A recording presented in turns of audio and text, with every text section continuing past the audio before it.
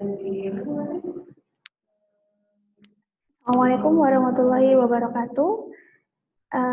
Salam sejahtera bagi kita semua. Selamat datang kembali rekan-rekan kelas informatika angkatan 2019.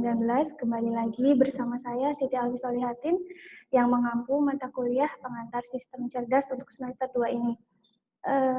Baik, untuk pertemuan ke-9 kali ini kita akan membahas tentang Natural Language Processing atau pemrosesan bahasa alami. Sebelumnya kalau teman-teman ingat di pertemuan awal sempat saya singgung bahwa Natural Language Processing atau pemrosesan bahasa alami adalah salah satu bidang ilmu yang termasuk dalam sistem cerdas atau ilmu kecerdasan buatan. Nah, untuk pertemuan ke-9 ini, kita akan membahas lebih lanjut tentang Natural Language Processing atau pemrosesan bahasa alami, yang nanti insya Allah akan kita bahas menjadi 2 pertemuan, yaitu pertemuan hari ini dan minggu depan kita akan full membahas tentang pemrosesan bahasa alami. Apa itu konsepnya, bagaimana cara kerjanya, kemudian aplikasi-aplikasi apa saja yang bisa dibangun oleh Natural Language Processing.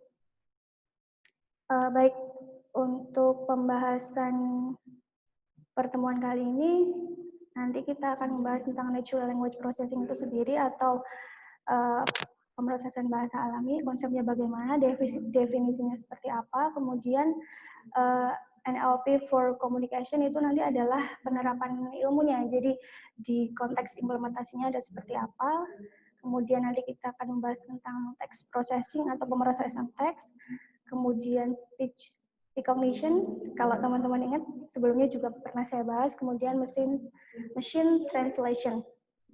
Nah, nanti kita akan bahas satu persatu konsepnya seperti apa, kemudian implementasi ilmunya seperti apa. Oke, baik.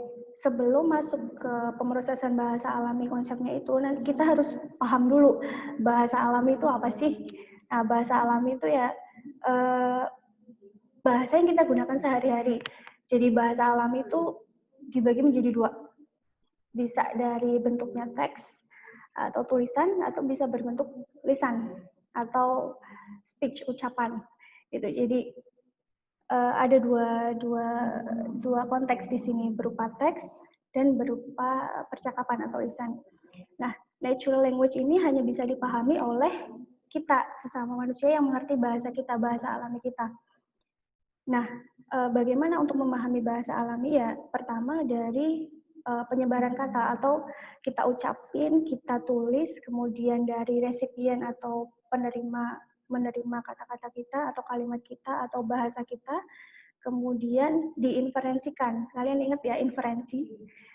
Dari kemarin pada waktu expert system atau sistem pakar kita pernah membahas, kemudian di basis pengetahuan kita juga pernah membahas inferensi atau penarikan kesimpulan. Jadi setelah kata-kata atau kalimat atau teks itu disebar, kita akan menarik kesimpulan dulu, artinya apa sih gitu.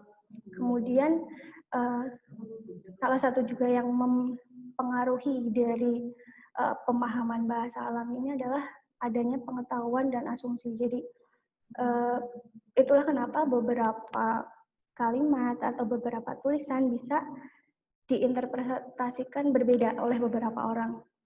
Gitu, itu karena adanya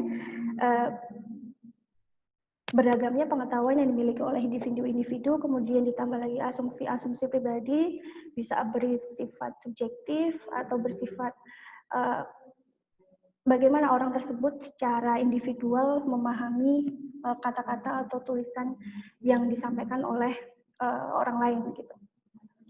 Kemudian selanjutnya pemahaman bahasa alami itu juga berpengaruh dari konteks interaksinya. Jadi ketika kita berinteraksi dalam kondisi tertentu atau di kondisi yang lain itu pasti akan menyebabkan pemahaman yang berbeda gitu ya, teman-teman pasti tahu. Jadi konteksnya itu juga berpengaruh, selain pengetahuan dari si pemberi atau penerima juga ada konteksnya. Jadi sangat penting untuk memahami keempat proses ini untuk memahami bahasa alami. Jadi tidak hanya kita harus memahami keempat proses ini untuk bisa benar-benar menginterpretasikan suatu kata atau percakapan. Jadi tidak hanya kita menerima kata-kata terus kita langsung interpretasikan sendiri atau gimana gitu. Jadi harus ada tahapannya. Kata kita terima, kita tarik kesimpulan, tapi kesimpulan itu juga nanti akan kita gali lagi, kita evaluasi lagi dari pengetahuan dan asumsi, kemudian dari konteks kita berinteraksinya gimana supaya tidak ada salah paham gitu kalau di dalam bahasa alami ya. Jadi ini penting bagi kita untuk menyaring, benar-benar memahami kata-kata itu secara pas sesuai dengan makna yang ingin disampaikan. Nah, itu bahasa alami. Bahasa alami itu intinya ada dua, bisa berupa teks atau bisa berupa lisan. Dan itu hanya bisa dipahami oleh kita sebagai manusia yang sama-sama memiliki bahasa yang sama, gitu kan. Nah, kalau pemrosesan bahasa alami itu yang gimana, gitu kan? Oh, ini tahapannya dulu. Tahapan analisis bahasa alami. Seperti yang tadi saya sampaikan, ada parsing atau penguraian kata dari struktur sintaksnya. Kalau di bahasa Indonesia ada subjek, ada predikat, ada objek. Nah, itu nanti diturunkan menjadi bentuk pohon penguraian, misalnya dari subjek, predikat, objek kayak gitu.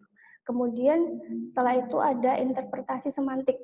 Maksudnya di sini adalah tadi dari proses inferensi penarikan kesimpulan. Jadi ini benar-benar diinterpretasikan secara betul-betul tepat sesuai dengan porsinya gitu. Itu interpretasi semantik. Kemudian yang ketiga adalah interpretasi pengetahuan. Nah, ini setelah diartikan secara literal, kemudian diinterpretasikan berdasarkan pengetahuan. Pengetahuan itu dari mana? Bisa didapat dari lingkungan atau kemudian bisa didapat dari asumsi orang lain gitu ya. Ini tahapan bahasa alami, dan sekali lagi bahasa alami hanya bisa dipahami oleh kita sesama manusia. Nah, kemudian langsung kita masuk ke natural language processing atau pemrosesan bahasa alami. Karena ini adalah bidang ilmu dari kecerdasan buatan, otomatis natural language processing pasti memerlukan alat bantu, yaitu komputer. Nah, gimana caranya kita manusia bisa berinteraksi dengan komputer? Nah, salah satunya adalah dengan ini natural language processing ini, pemrosesan bahasa alami. Jadi secara kontekstual pemrosesan bahasa alami itu adalah ini cabang ilmu artificial intelligence yang fokus pada pengolahan bahasa natural. Nah, intinya gimana komputer itu bisa memahami apa yang manusia sampaikan, baik secara tulisan maupun secara ucapan. Jadi intinya komputer dibikin ngerti apa maunya kita gitu. Itu natural language processing. Konsep dasarnya adalah seperti itu. Nah, NLP ini poin kedua merupakan salah satu pengembangan teknik komputasi yang menganalisis dan merepresentasikan tadi dua, teks dan lisan, untuk bisa mencapai pemrosesan seperti kita manusia dalam menginterpretasikan bahasa. Seperti tadi ada teknik, ada parsingnya, kemudian ada interpretasi semantiknya, ada interpretasi berdasarkan pengetahuan dan asumsi, seperti itu. Jadi intinya pemrosesan bahasa alami itu kita gimana membuat komputer itu bisa memahami apa yang kita sampaikan, apa yang manusia inginkan gitu. Sampai sini mungkin bisa sedikit dipahami ya konsepnya pemrosesan bahasa alami. Kalau kalian sulit ngomong natural language processing, ngomong aja NLP atau pemrosesan bahasa alami gitu. Nah, ini secara in brief, secara summary, secara sederhana, NLP adalah komputer itu mampu memahami bahasa alami manusia, apa yang kita sampaikan, kita bikin komputer itu ngerti. Nah, ini infografisnya, posisi NLP itu ada di mana. Jadi dia adalah irisan dari dua bidang ilmu. secara general dia termasuk bidang ilmunya AI atau machine learning, kemudian irisan dari computer science, CS, dan ilmu linguistik atau ilmu bahasa. Kenapa ilmu bahasa penting? Karena NLP ini merupakan proses yang membuat komputer itu bisa benar-benar menginterpretasi kata per kata. Arti literalnya seperti apa, arti secara kontekstualnya seperti apa. Jadi dia tidak bisa lepas dari ilmu bahasa atau linguistik. Selain dari dia memang bidang ilmu dari AI.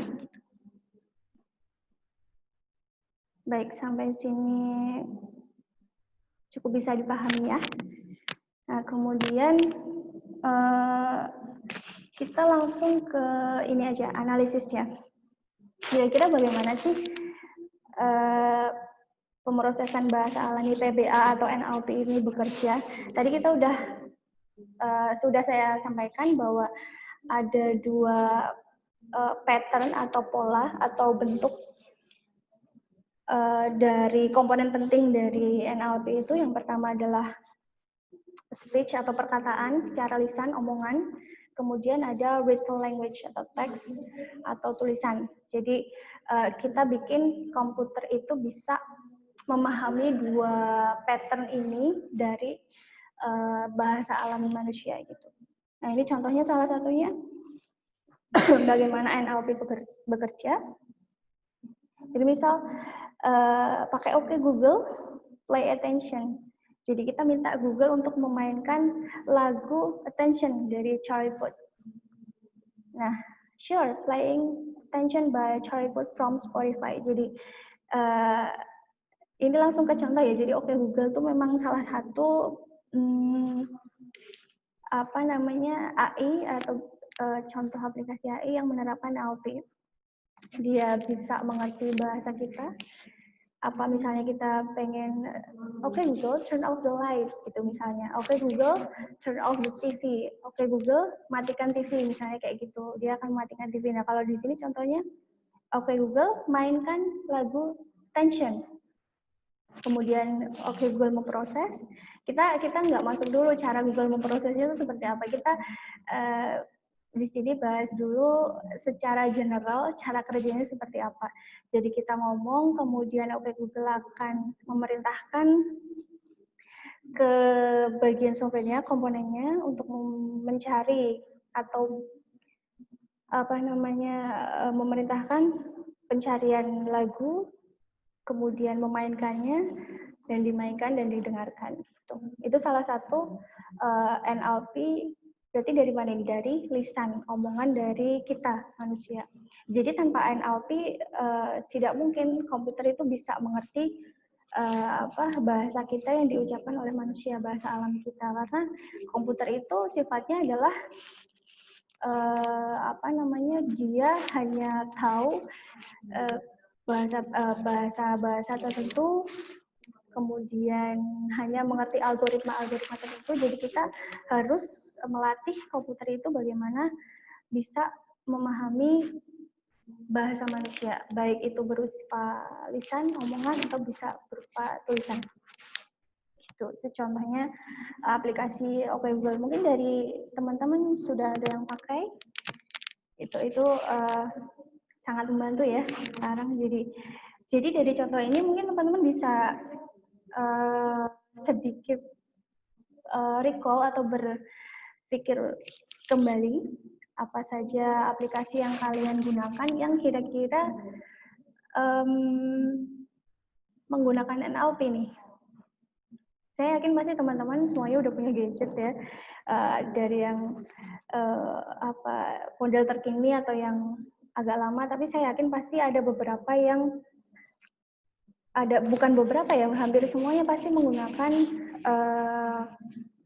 aplikasi-aplikasi yang sudah canggih ya, misalnya pencarian dari Google, kemudian apalagi OK Google mungkin ada yang udah menerapkan di rumahnya pakai smart house kayak gitu ya, yang menutup horden atau mematikan AC menggunakan OK Google. Ada beberapa yang sudah menerapkan seperti itu. Nah, saya pengen coba teman-teman pikirkan ulang, kira-kira aplikasi apa saja yang bisa kalian identifikasi yang kira-kira menggunakan bidang ilmu AI ini, NLP ini. Jadi kita ulangi lagi, kita resume lagi, NLP itu apa? Jadi NLP adalah bagaimana komputer itu dibuat bisa memahami bahasa kita, baik secara lisan, omongan, atau bisa berupa tulisan. Coba saya pengen kalian mengidentifikasi kira-kira aplikasi apa saja yang dibuat menggunakan algoritma NLP. Silahkan didiskusikan, kemudian coba kalian identifikasi, kemudian bagaimana itu cara kerja secara sederhananya seperti apa. Coba saya pengen kalian identifikasi, silahkan tinggalkan di forum kolom komentar, nanti kita akan diskusikan bareng-bareng. Nah, nanti minggu depan, insya Allah kita akan lebih lanjut membahas tentang lebih dalam lagi NLP ini seperti apa, bagaimana cara kerjanya, dan pengaruhnya di perkembangan teknologi era 4.0 ini bagaimana.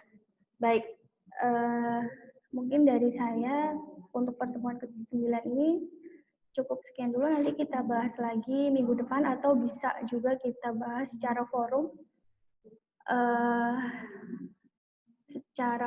daring ya teman-teman, karena terus terang ini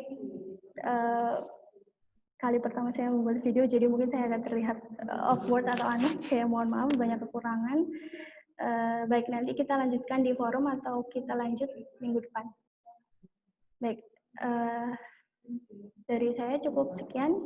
Jika ada pertanyaan atau tambahan, silakan sampaikan di forum. Terima kasih. Assalamualaikum warahmatullahi wabarakatuh. Have a great day semuanya.